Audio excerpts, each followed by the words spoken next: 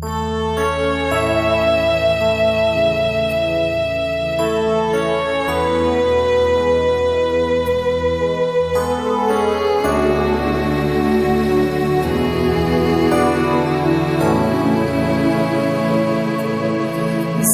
lung xin Zion in dan sung pakai zin a thi san a ho me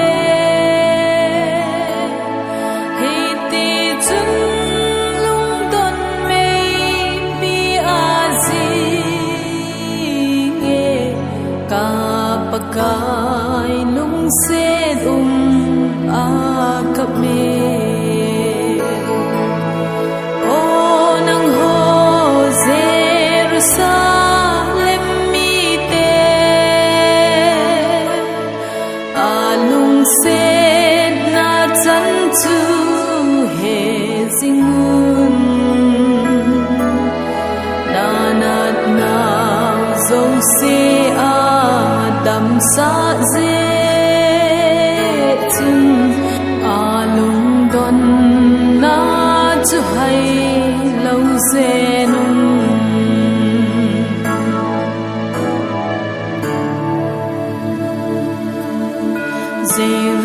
Jerusalem kulpi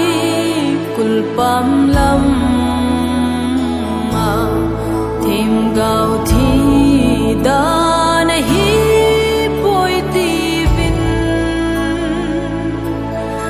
o hin ve tim tan kal pari dham chu mi pila akpa kai kamui o nang ho Jerusalem mi te alung se na chan chu he zingun na nat nau zo se a dam sa ze chun alung don na chu hai lo zenun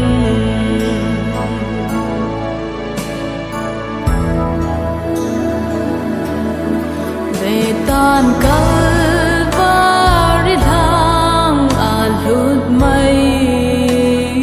diu ai tai i kalo diu hi ta o kapa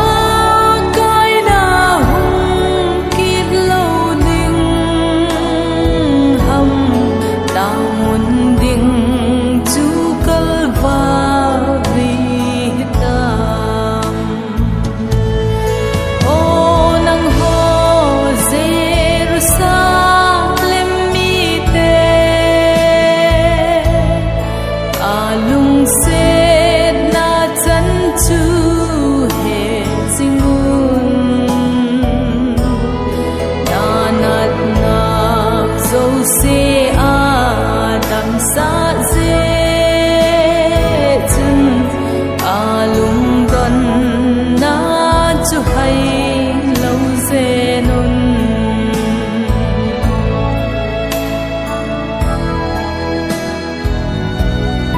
hin su